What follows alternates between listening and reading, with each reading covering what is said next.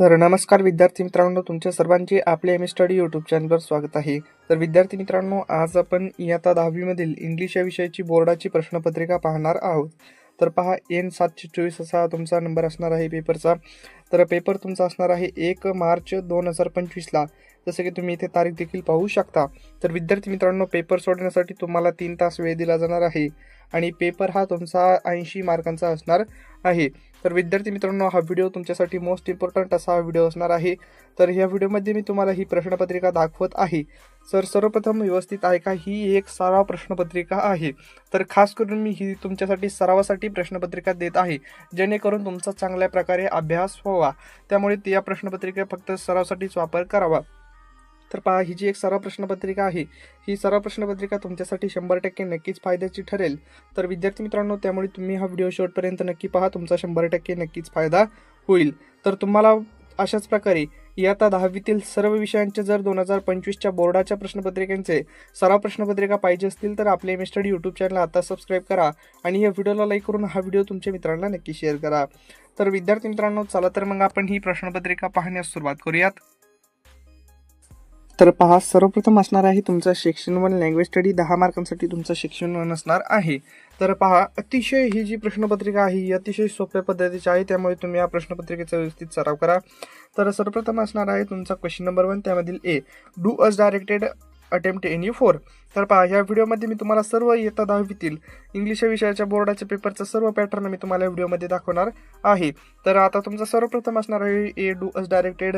तर do us डायरेक्टेडमध्ये तुम्हाला 6 प्रश्न दिले जाणार आहेत, जे की हे प्रश्न अतिशय सोपे आहेत, त्यामुळे ह्या सर्व प्रश्नांची उत्तरे लिहा। तर ऑप्शनमध्ये तुम्हाला इथे 4 प्रश्नांची उत्तरे लिहायची आहेत, पण होईल तेवढे सगळे प्रश्न तुम्ही लिहू शकता। तर यामध्ये तुम्हाला 6 प्रश्न दिलेत, तर या 6 प्रश्नांपैकी तुम्हाला कोणत्याही 4 प्रश्नांची उत्तरे लिहायची आहेत आणि ते 4 प्रश्न तुम्हाला 8 मार्कांसाठी असणार आहेत। तर त्याच पुढे प्रश्न आहे तुमचा आता क्वेश्चन नंबर 1 मधील बी। तर बी मध्ये पहा, डू अस डायरेक्टेड, यामध्ये देखील तुम्हाला खूप सोपे प्रश्न आहेत। तर यामध्ये पहिला प्रश्न आहे अटेम्प्ट एनी 1। तर यामध्ये देखील तुम्हाला ए आणि बी असे 2 प्रश्न दिलेत। तर हे ऑर मध्ये प्रश्न आहेत, तर दोन्हीपैकी कोणत्याही एका प्रश्नाचं उत्तर लिहायचं आहे आणि तो प्रश्न तुम्हाला 1 मार्कासाठी असेल। तर त्याचप्रमाणे पुढील प्रश्न आहे यामध्येच दुसरा अटेम्प्ट एनी 1। तर यामध्ये देखील तुम्हाला ए आणि बी असे 2 प्रश्न दिलेत, तर या दोन्हीपैकी कोणत्याही एका प्रश्नाचं उत्तर लिहायचं आणि तो प्रश्न तुम्हाला 1 मार्कासाठी असेल। तर विद्यार्थी मित्रांनो, हे 8 मार्कांसाठी तुम्हाला असणार आहे क्वेश्चन नंबर 1। तर पहा, त्यानंतर आहे आता तुमचा सेक्शन 2 टेक्स्चुअल पॅसेज, 20 मार्कांसाठी तुमचा सेक्शन 2 असणार आहे। तर यामध्ये आहे तुमचा क्वेश्चन नंबर 2, त्यामधील A, read the following passage and do the activities, 10 मार्कांसाठी तुमचा क्वेश्चन नंबर 2 मधील ए असणार आहे।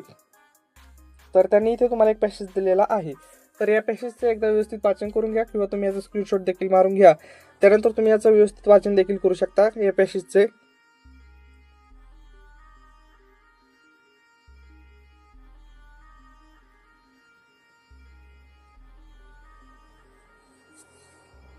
तर पहा, आता आपण या पॅसेजवरील प्रश्न पाहू। तर यामधील पहिला प्रश्न आहे तुमचा नेम द फॉलोइंग, A1 प्रश्न आहे नेम द फॉलोइंग। तर हा प्रश्न तुम्हाला 2 मार्कासाठी असेल। तर या प्रश्नांची उत्तरे या पॅसेजमध्ये तुम्हाला मिळतील। तर त्यापुढील प्रश्न आहे तुमचा A2, A3 आणि A4, डू अस डायरेक्टेड।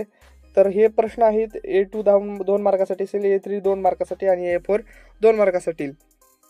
तर त्यापुढील प्रश्न आहे तुमचा A5 personal response, describe your favourite scientist in short.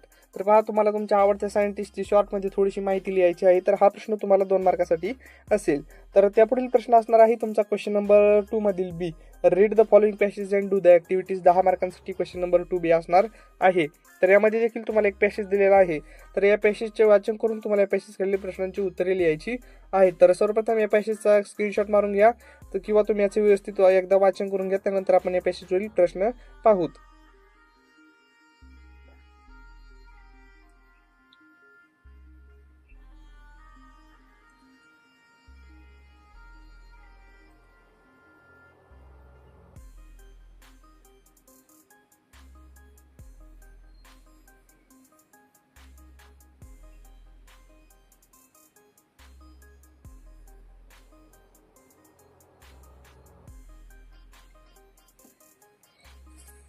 तर पहा, आता आपण या पॅसेजवरील प्रश्न पाहू। तर यामधील तुमचा पहिला प्रश्न आहे B1।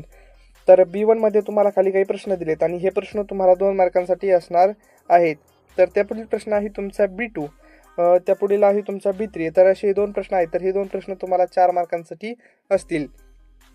त्या पुढील प्रश्न आहे तुमचा B4 आणि B5 पर्सनल रिस्पॉन्स आणि B4 आहे डू अस डायरेक्टेड. तर हे देखील 2 प्रश्न तुम्हाला 4 मार्कांसाठी असणार आहेत. त्या पुढील प्रश्न आहे तुमचा सेक्शन 3 पोएट्री 10 मार्कांसाठी हा तुमचा पेपर सेक्शन 3 असणार आहे. तर यामध्ये आहे तुमचा क्वेश्चन नंबर 3. त्यामधील A, read the following extract carefully and do the activities given below. तर आता तुम्हाला त्यांनी इथे कविता दिलेली आहे. तर या कवितेचे वाचन करून तुम्हाला या कवितेखालील प्रश्नांची उत्तरे लिहायची आहेत. तर या कवितेचाच तुम्ही अगोदर स्क्रीनशॉट मारून घ्या. त्यानंतर याचे तुम्ही व्यवस्थित वाचन देखील करू शकता. तर ही कविता एकदा पाहून घ्या. त्यानंतर आपण या कवितेवरील प्रश्न पाहू.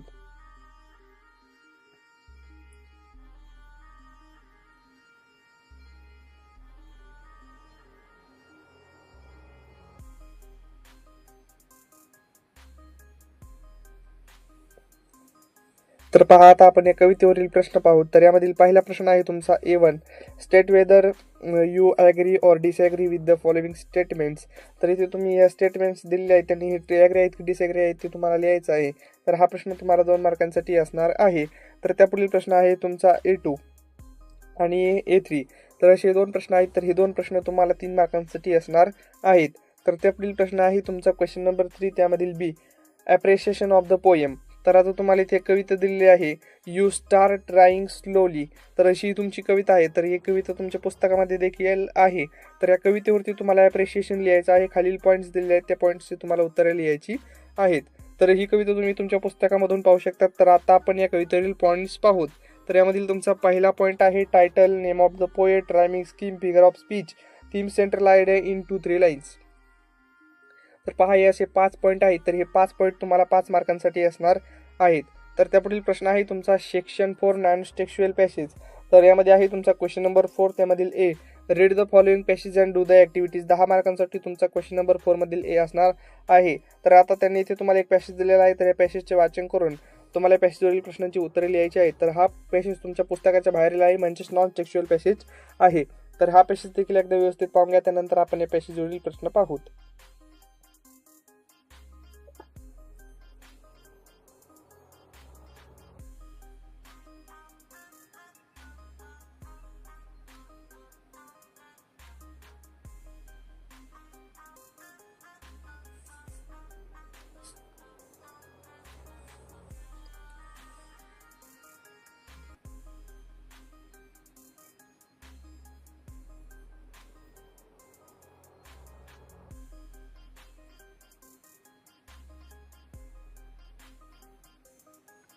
तर पहा, आता आपण या पॅसेजवरील प्रश्न पाहूत. तर यामधील तुमचा पहिला प्रश्न आहे A1, complete the following sentences with the help of given passage. तर पहा, असा हा प्रश्न आहे. तर हा प्रश्न तुम्हाला 2 मार्कांसाठी असणार आहे. तर त्यापुढील प्रश्न आहे तुमचा A2, A3 आणि A4. तर हे प्रश्न तुम्हाला 6 मार्कांसाठी असणार आहेत. अतिशय सोपे प्रश्न आहेत, त्यामुळे या प्रश्नांचा व्यवस्थित सराव करा. तर त्यापुढील प्रश्न आहे तुमचा A5, personal response, education can change the society, justify. तर असा तुमचा A5 पर्सनल रिस्पॉन्समधील प्रश्न आहे. अतिशय सोपा प्रश्न आहे. तर या प्रश्न तुम्हाला शॉर्टमध्ये उत्तर लिहायचं आहे. तर हा प्रश्न तुम्हाला 2 मार्कासाठी असेल. तर त्यापुढील प्रश्न आहे तुमचा क्वेश्चन नंबर 4. त्यामधील B, summary writing, read the passage given in question number 4A and write the summary of it, suggest a suitable title to the summary. तर आता तुमची जी वरती समरी होती ते तुम्हाला जो क्वेश्चन नंबर 4 मधील ए होता नॉन टेक्स्च्युअल पॅसेज, तर त्या नॉन टेक्स्च्युअल पॅसेजवरती तुम्हाला एक समरी लिहायची आहे आणि त्या समरीला एक सुटेबल असे टायटल द्यायचं आहे. तर हा प्रश्न तुम्हाला 5 मार्कांसाठी असणार आहे. त्या पुढील प्रश्न आहे आता तुमचा सेक्शन 5 रायटिंग स्किल, 20 मार्कांसाठी तुमचा हे सेक्शन असणार आहे.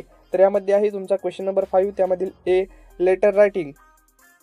तर पहा, लेटर रायटिंगमध्ये तुम्हाला इथे इन्फॉर्मेशन आहे. तर या लेटर रायटिंगमध्ये तुम्हाला पहिलं लेटर आहे इनफॉर्मल लेटर आणि दुसरं आहे फॉर्मल लेटर. तर दोन्हीपैकी कोणत्याही एका विषयावरती तुम्हाला लेटर लिहायचं आहे आणि ते लेटर तुम्हाला 5 मार्कांसाठी असणार आहे. तर अतिशय महत्त्वपूर्ण प्रश्न आहे हा, त्यामुळे या प्रश्नाचे व्यवस्थित उत्तर लिहा.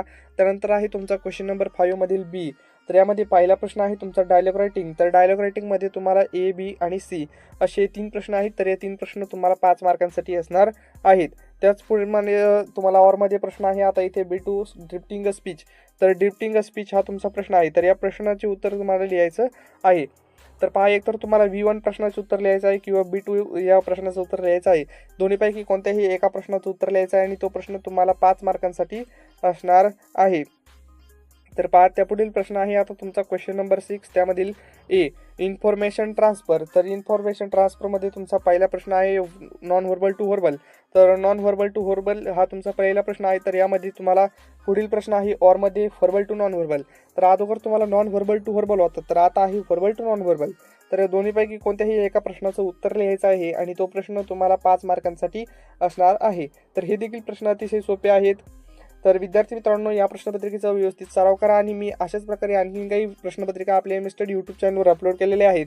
तर मी दिलेल्या सर्व प्रश्नपत्रिकेचा व्यवस्थित सराव करा, तुमचा 100% नक्कीच फायदा होईल. तर त्यापुढील प्रश्न आहे आता तुमचा क्वेश्चन नंबर 6. त्यामधील बी, एक्सपॅन्ड द थीम. तर यामधील तुमचा पहिला प्रश्न आहे news report. Read the following headline and prepare a news report with the help of given points. तर इथे तुम्हाला पॉईंट्स दिलेले आहेत, तर या पॉईंट्सवरती तुम्हाला न्यूज लिहायची आहे. तर त्यापुढील तुम्हाला ऑरमध्ये प्रश्न आहे पहा, develop a story. Develop a story with the help of beginning, suggest a suitable title to it. तर असे 2 प्रश्न आहेत. एक तर आहे तुम्हाला न्यूज रिपोर्ट आणि दुसरा आहे डेव्हलपिंग अ स्टोरी. तर दोन्हीपैकी कोणत्याही एका प्रश्नाचं उत्तर लिहायचं आणि तो प्रश्न तुम्हाला 5 मार्कांसाठी असणार आहे. तर त्यापुढील प्रश्न आहे तुमचा सेक्शन 6 स्किल डेव्हलपमेंट. 5 मार्कांसाठी तुमचा हा सेक्शन 6 असणार आहे. तर यामध्ये आहे तुमचा आता क्वेश्चन नंबर 7. तर क्वेश्चन नंबर 7 मध्ये तुम्हाला प्रश्न दिलेले आहेत 3, A, B आणि C. तर हे 3 प्रश्न तुम्हाला 5 मार्कांसाठी असणार आहेत. तर सगळ्यात सोपा हा तुमचा क्वेश्चन नंबर 7 असणार आहे. तर हा प्रश्न तुम्हाला 5 मार्कासाठी असणार आहे. तर विद्यार्थी मित्रांनो, अशाच प्रकारे तुम्हाला 1 मार्च 2025ला तुमचा इंग्लिश या विषयाचा बोर्डाचा पेपर असणार आहे. तर विद्यार्थी मित्रांनो, ही एक सराव प्रश्नपत्रिका होती. तर या प्रश्नपत्रिकेचा व्यवस्थित सराव करा आणि तुम्हाला जर अशाच प्रकारे इयत्ता 10वीतील सर्व विषयांच्या जर 2025च्या बोर्डाच्या सराव प्रश्नपत्रिका पाहिजे असतील तर आपले MS स्टडी यूट्यूब चॅनल आता सबस्क्राईब करा आणि या व्हिडिओला लाईक करून हा व्हिडिओ तुमच्या मित्रांना नक्की शेअर करा. तर विद्यार्थी मित्रांनो, लवकरच एका नवीन व्हिडिओमध्ये भेटूयात. तोपर्यंत माझा सर्वांना नमस्कार.